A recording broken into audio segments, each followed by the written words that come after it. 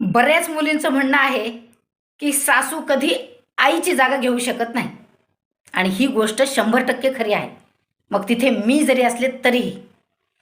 पण सासू आणि सुना ह्या दोघी जणी मिळून एक छान मैत्रिणी बनू शकतात आणि मैत्रीचा हात पुढे करायचा पहिल्यांदा सासूने. आता तुम्ही म्हणाल सासूनेच का, सुनेने का नाही? त्याचं कारण हे आहे की आपल्या घरात सून ही पहिल्यांदा नवीन आलेली असते.